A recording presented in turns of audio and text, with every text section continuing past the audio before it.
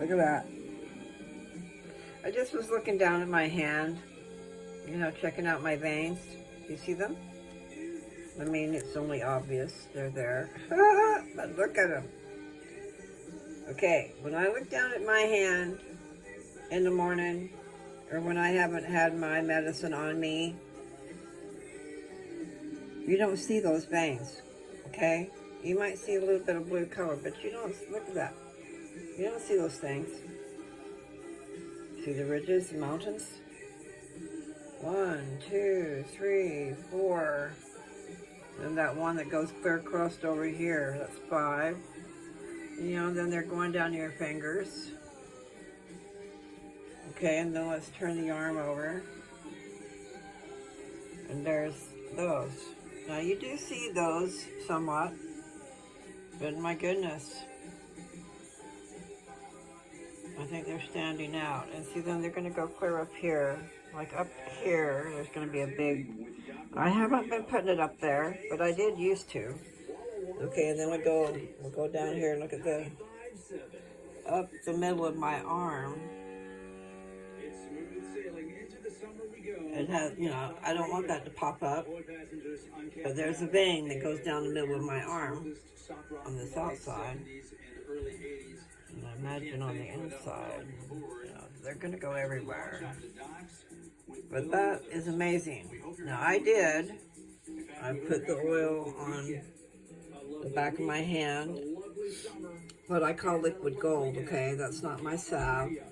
However, I use, okay, I'm going to tend to, oh dear. So I've got music playing in the background. I wonder if that's a problem. I've got to figure that out. So, situation is, you know, I don't want to be whatever it is they call it, copyrighted. You know, it's playing on the dadgum radio. It shouldn't affect me. I'm not trying to sell it. Anyway, so there you go. Bunch of veins, okay? Now, I haven't showed you guys my mat, did I? Or did I? I was going to show you my mat. Okay, here's a different arm. There's too much shadow in here. A different hand. 1, 2, 3, 4, 5. And see, there's a big lump right there. Now, the reason I say I should go get on my mat, okay, I'm going to act like you can see me. No, maybe I'll do it this way and I can see what you see in the mirror. There's more than one way to do this. Anyway.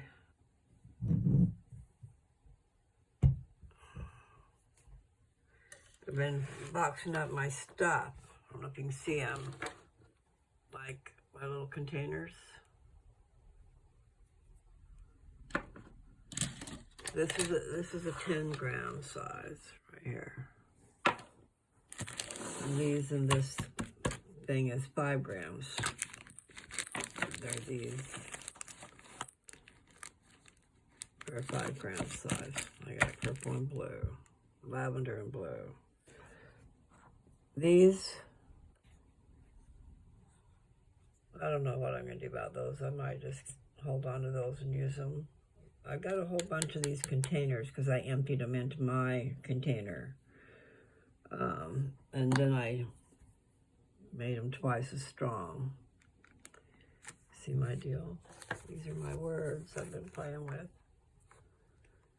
You never know what you will find going through the depths of my mind.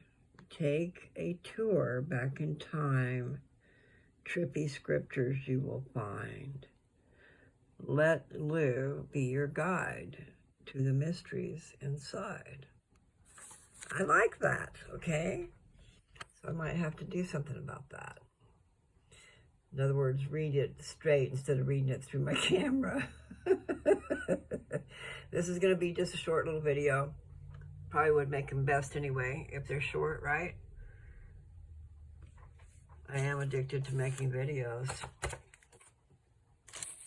So we'll see if anything becomes of that.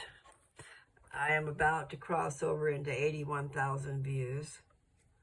To me, that's marvelous. Simply marvelous. But I don't know. I really need to go walk some more. The wind has been blowing. But I've spent the afternoon with Dad. I just got home a little bit ago. But maybe I was here by 8 anyway. That's about right. But I'm going to yawn. I could actually probably go to bed and rest. But then again,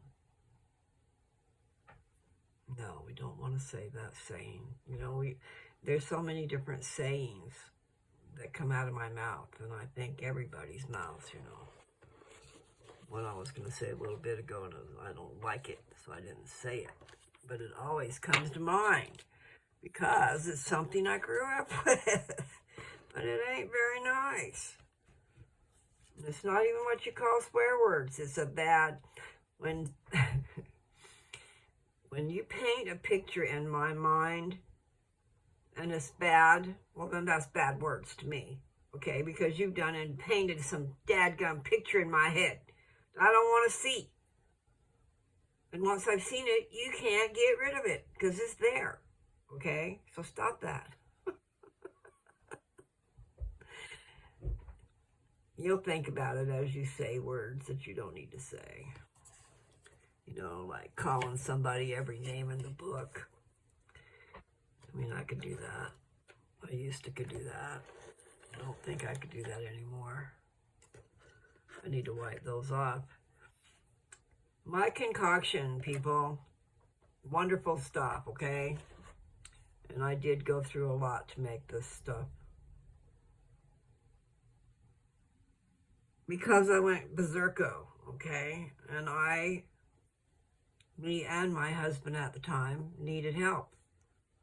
And he had the license. I had the license. We had licenses.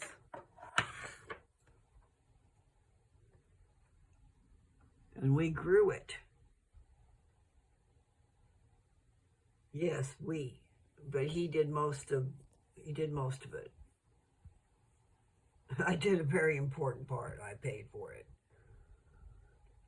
And then I helped along the way. I also probably hindered along the way because, by God, that stuff is expensive. It's easier to have someone else grow it and go buy it. You know? Everybody's all worried about how they're going to get money out of it. That's what the trip is. That's why it's illegal in so many places. You guys are the ones fueling the black market. You guys are the ones causing trouble by keeping it illegal, throwing people in jail. But you're creating it so that there is a demand and money and law and all kinds of stuff that goes with the law. You're spinning your wheels doing things you shouldn't be doing. Okay? The law people, you know what they're supposed to do? They're supposed to be the public servant. They're supposed to seek after doing good, not quotas.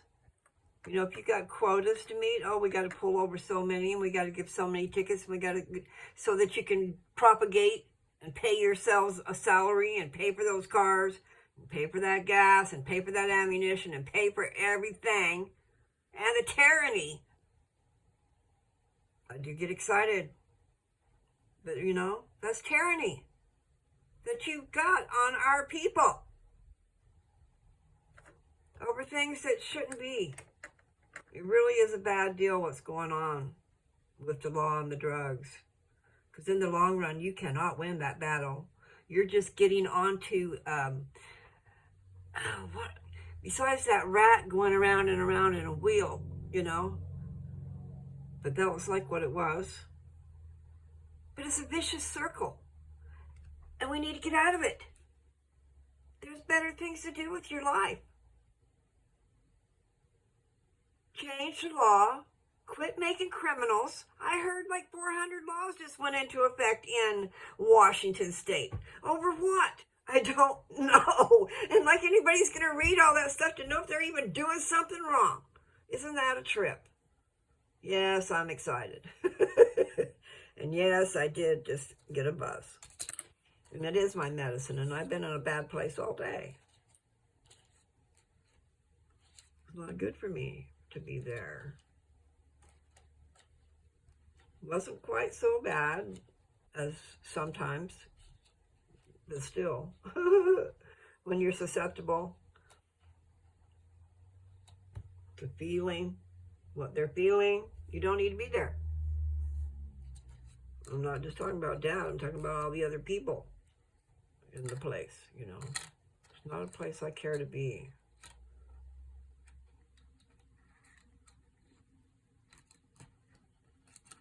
Dad is there for physical therapy, and really he should be getting it every single day. If there's any way that we could facilitate that, if we knew how to help him. But you got to be strong, and you got to have the equipment and the know-how and all that stuff. But they take off on the weekends. And he just got to where he was getting up, and he demanded to go to physical therapy on Friday, which is good because he needs to be doing that, and he probably needs to do it every day. But like Uncle Joe said, maybe, you know, when he had physical therapy, anyway, the main thing they want to do is get your blood moving through there instead of you just laying. And see, Dad's been laying in his chair for a long, long time. You know, gets up to go to the bathroom, gets up to go to the kitchen, but really not a lot of exercise. To church on Sunday, to get out to the car, and then to get to, you know, get out of the car and into the church, and vice versa on the way back out. That was his, like, one outing a week. He used to go to shopping with me, grocery shopping, but he doesn't do that anymore, and now he won't. But his hip is not seeming to bother him as everything else. Poor man. Anyway, you know, it's like he's got 2 bad shoulders, and I've made sure they know. And like in the beginning, and I don't know even if in the hospital, if they treated his arms well when they were trying to maneuver him around and stuff. But this I think she's a nurse's assistant. She's really good. She's really sweet. Anyway, she had Dad crisscross his arm, you know, pull his arms in so it was easier for him to roll. And then they were aware now of his rotator cuffs. My brother finally lets me know that I've been saying that word wrong.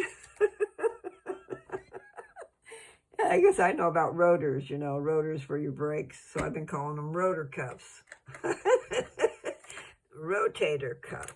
So that's, you know, that makes a lot more sense, is to rotate your shoulder and stuff, you know. So this thing in there that your socket moves around in, I guess. Anyway,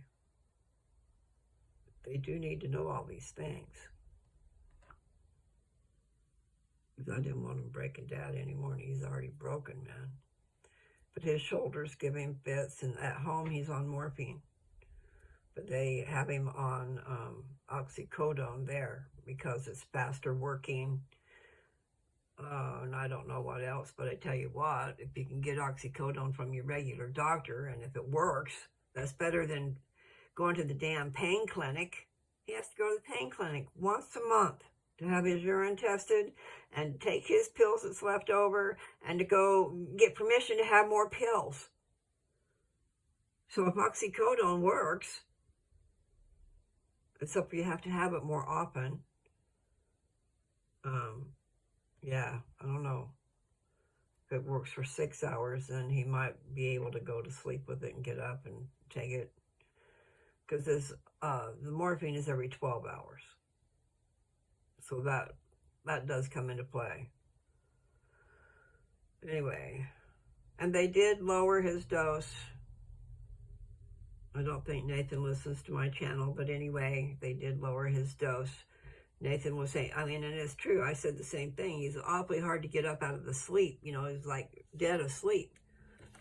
And, pardon the pun, that wasn't an intentional pun, but, you know, there have been times here at the house I shook him to make sure he was still alive, because his mouth's open and, you know,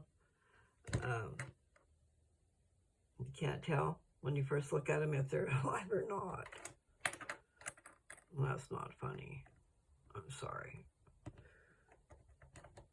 I do tend to chuckle a lot when I shouldn't. Can't always help it though. Pretty much can't help it. It's just the way it is. So you just have to forgive me. I mean no harm, okay? Even if it isn't okay, it doesn't matter because that's the way it is. I can't help myself. Let Lou be your guide to the mysteries inside. There are mysteries in those scriptures, people. Reading the Book of Ether, which is inside the Book of Mormon. And if you had a paperback or a hardcover, whatever, if you had a book and you opened up that book, then Ether is towards the back, okay? When you get on this app, if you go to the App Store and you put in Gospel Library, it should show up. I should go get my iPad, but it's clear in the other part of the house. I don't want to do it right now. I was going to show you what the app looks like, but what it is it's blue, and then it's got a white,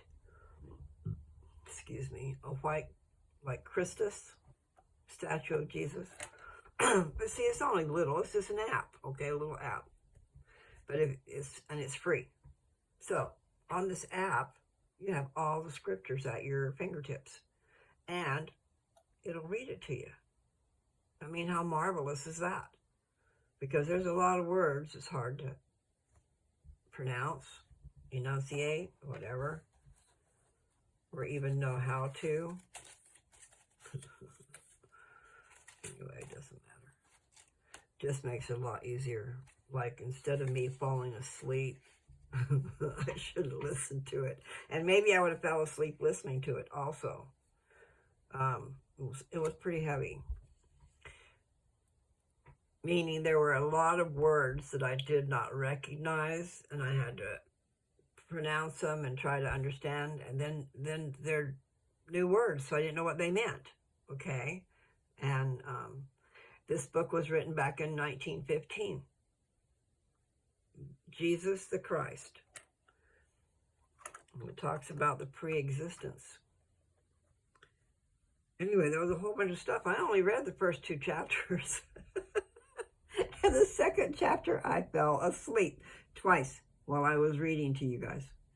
I mean, I was reading to my camera, but I decided, that was too hard to do. And I don't know how to do the editing very well, so you got what you got. Now, the next one I'm supposed to read, and that's probably what I should read. I've been wondering what to read, and I need to write them down. But Jesus the Christ, okay? The next thing to read, because I read the first chapter and I've read the second chapter, is the notes. There's notes to chapter 2. I wonder what they say. But still, if they're as heavy as what I tried to read, I don't know if I can get through it. So, one of you people out there, and I forget now, I'm sorry. I almost want to say Noah. But anyway, somebody out there looked up the book.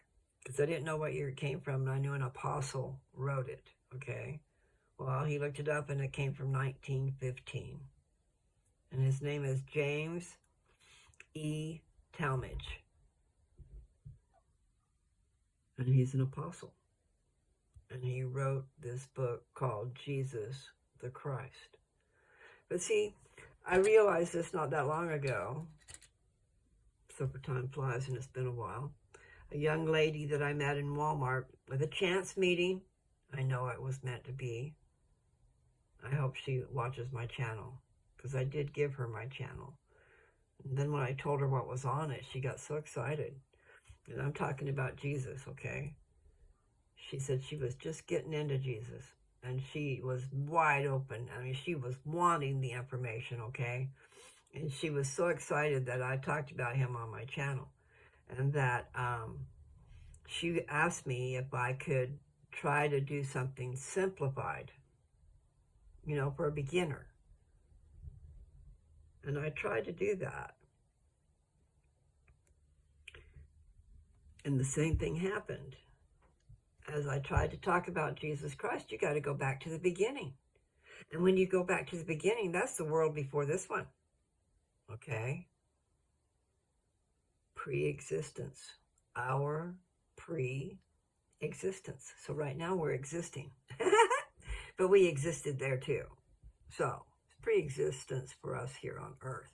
Mortal existence, okay? I'll add that word. Physical. We gained a body. We didn't have a body. I was fixing to tell you about something I read in Ether. Because in Ether, Jesus Christ showed his body to the brother of Jared. Because of his faith, he had so much faith that he saw the finger. There's a big story that goes with that, but he was having him figure out the way to light these vessels that they were going to take from the old world over to here. Okay? This is the Jaredites. They made ships. And to light those ships, I don't know if both of them went up there or if Jared went up there or who did, but someone went to the mountain and molten rock, 16 stones. So they had 8 vessels, 8 ships that were going to go across the water. So they put one on either end, or, you know, if it was me, I would have divided the ship into thirds and then put it there. That's just, I'm just getting carried away with being literal, but that's what I would have done. All I know is there were 2 stones per ship, and Jesus Christ touched them and turned them to be light. In other words, those stones lit up. They were the light that was inside the ships, so that they will be able to see. Okay, that was a story I got off the mark here. But the brother of Jared, okay, saw his finger. So it must have been the brother of Jared that went up there and did that. He molten them out of the mountain. And they were clear, crystal. I don't know how big they were, and I don't know if it says. But I don't know if they were all the same. Are you guys getting me? I'm kind of leaning. Ow! Oh, my bones. That was my elbow. So anyway, I got lost in the travels of my mind. Just like that says, you never know what you will find. Going through the depths of my mind. Take a journey back in time. Trippy scriptures you will find. Let Lou be your guide to the mysteries inside. Well, I don't know where all the mysteries are, but there's a lot of them. Well, that's what I started out with, okay? The brother of Jared, like I just was saying, saw the body of Jesus Christ. Because of his great faith, he saw more than just the finger. Jesus showed him his whole body, you know.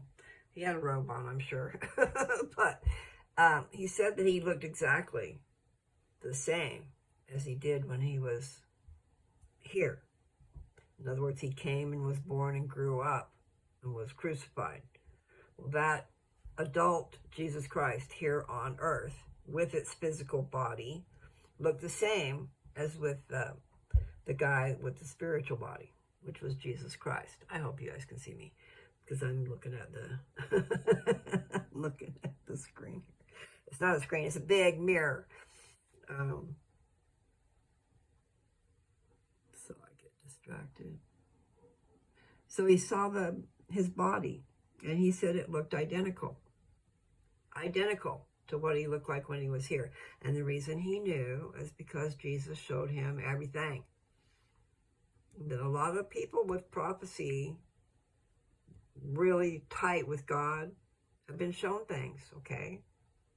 Kind of like I've been shown things. I haven't been shown that. I don't think I can handle that. You know, to actually see him in person because of your great faith. So there was a point about that. There was a point about the fact that Jesus looked the very same as he did as a spirit, because he makes it known that he's a spirit to the brother of Jared. Anyway, you just we'll have to go back and read that. But if you look it up, if you want to look up what I read to you, I'm not sure exactly where it is, except for it's in the book of Ether. So what you would do is say Ether, E-T-H-E-R. I'm pretty sure that's how you spell it. Now here's a trick. Read by Lou. Because the scriptures that I read on there, I did say that. I would say always, I'd give the book, and then I didn't say chapter. I just said the number of the chapter. But see, if you put on there, type in Ether, read by Lou, on Lou's Touch, it'll come up. And I read 10 chapters already of Ether. So I need to go back and finish those. I do need to do that, because since I'm talking about them, then that means I need to go back and read it. Because, see, I stopped. Because I know destruction is coming, and I've already read some bad stuff. I don't really want to read that, because it hurts me. It does. It hurts me. Mormon said that he did not write everything that happened in those wars, those battles, and how horrid it was. He did not want to harrow us up, meaning us who read what he wrote. The Book of Mormon. The Book of Mormon has got 15 different parts in it. I'm pretty sure that's what I saw. You know, like 15 different books. First Nephi, second Nephi, third Nephi, fourth Nephi. And there's Alma and Mosiah and Helaman, Omni, Moroni, the Words of Mormon. Fourth Nephi is one chapter. The Words of Mormon, I'm not sure if that's just one chapter or a couple, three, or whatever. He's given, I can't remember now. I want to say he's given words of advice, but I don't really remember. But I read it. All I know is he said that. He did not want to harrow us up. So he didn't write everything. He did not record some of the horrid things these people did to each other. But what he did record made me cry. I mean, literally, I wasn't expecting that. I was just reading. I was reading right along with you guys, okay? I mean, I've studied this stuff, but I haven't read it cover to cover, and it's been years. Before I was done with that, I'm not sure exactly where at, but probably in Mormon. Because see, there's a book in the Book of Mormon called Mormon. And the reason, Mormon is a historian. He was a captain of armies. He was Moroni's father. He was large in stature, but he also had to do with the records. And anybody who had to do with the records had to have been like really tight with God. Maybe I shouldn't say that, but I'm pretty sure the ones that are in charge of carrying it on and carrying it on, usually from father to son, the righteous son. They're not all righteous. But anyway, that's beside the point. And I will probably forget my point. These records are really cool. That's really my point. You guys really should check it out. So I will go back to Ether and do that, I guess. I have several places I need to read. I'll have to set myself up and remind myself that I need to do that. Mosiah is really good. King Benjamin is part of that. Mosiah had, I believe it was 3 sons, and I'm not sure what their names are, because I'd have to refresh my memory. Not that no, I just would have to learn it. I do know that the sons of Mosiah ran around with Alma the Younger, and they were hellions, okay?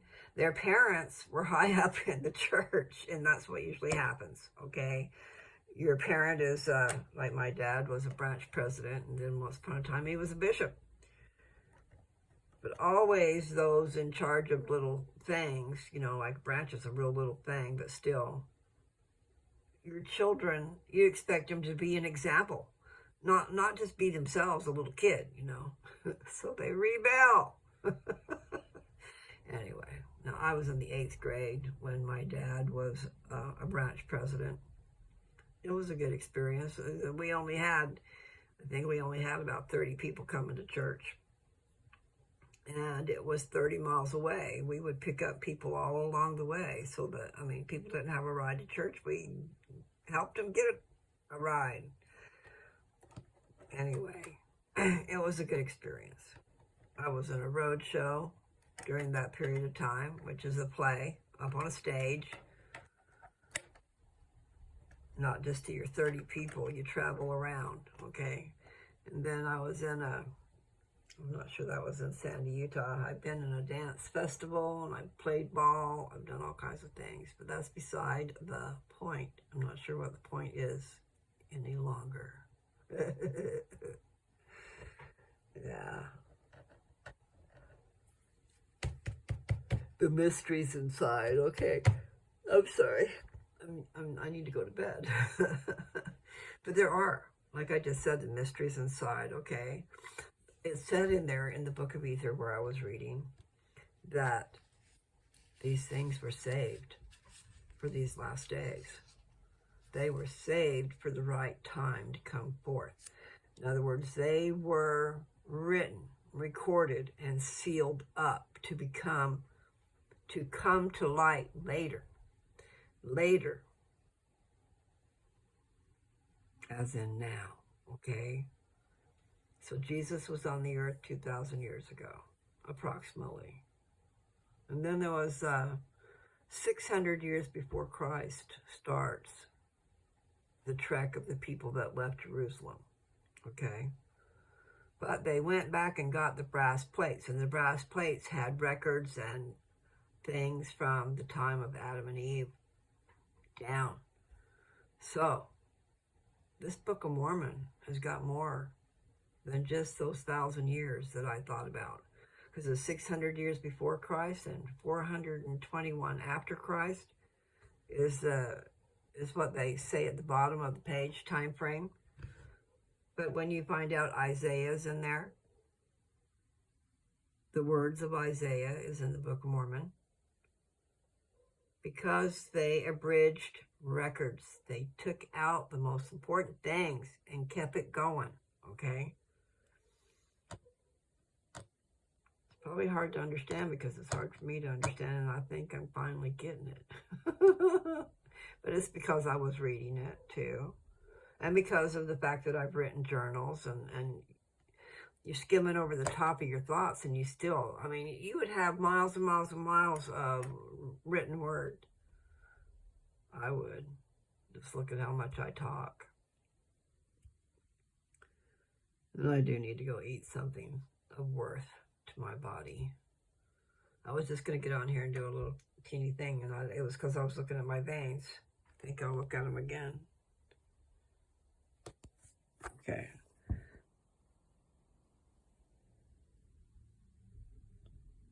Interesting.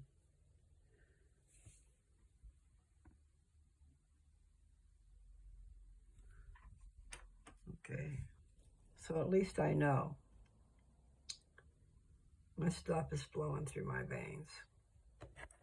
And so far I haven't popped a gasket. I know that's not funny either.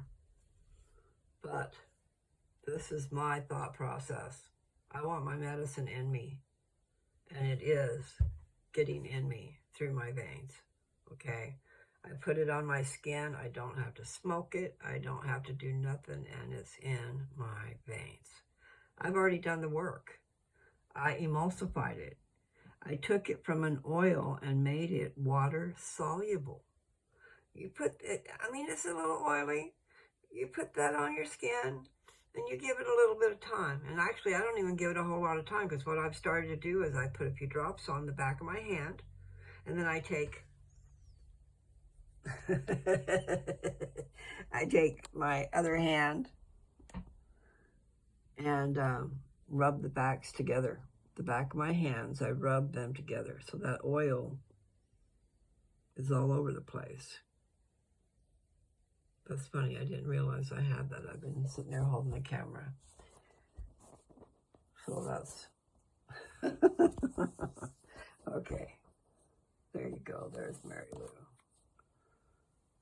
Oh my. Yes, I'm getting a little bit on the sickly side because I need to eat.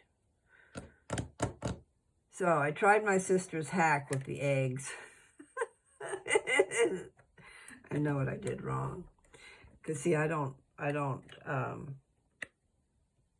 crack the eggs open and peel them right away. I peel them when I'm ready to eat them. But maybe that's what I should do. Because I boiled them, and then I got cold water, and then I got ice and put it on the top like she did. But I did not sit there and peel those eggs, you know. And I think that might have made the difference, because now I'm having a hard time peeling the eggs. It's like the membrane is all glued to it, you know, so it's not letting me peel it very well. It's a pain in the butt. Anyway, I think maybe I'll just go have a can of beans. And there's bacon and tomato. I think I might have a bacon and tomato sandwich. That sounds good. So I'm going to say peace out. Let's see where we at. We're at 37:37. What a trip. Okay.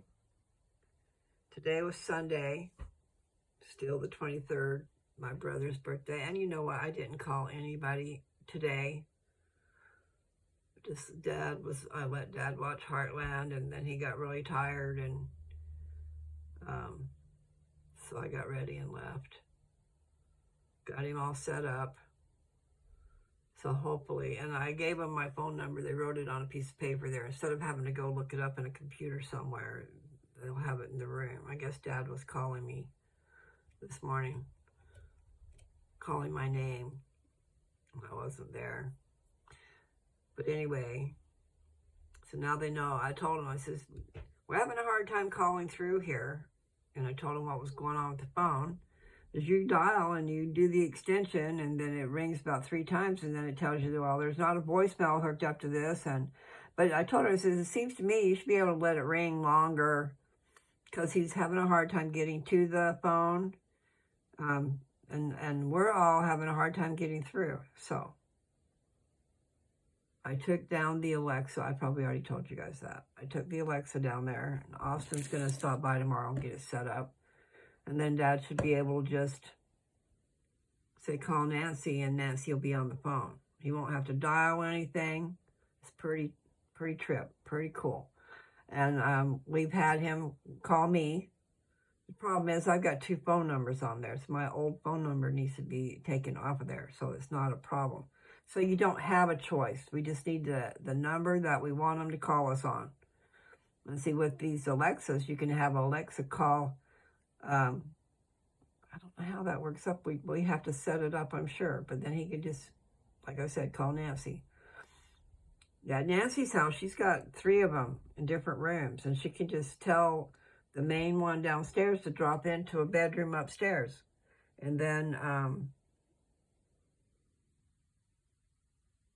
you know, I had you all twisted around the other way.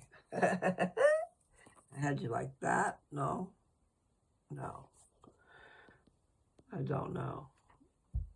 Tripping me out, so I guess I won't worry about it. I'm over here just jacking my jaws. Let's see. Okay, how did that work? I'm just gonna get off here, okay, guys?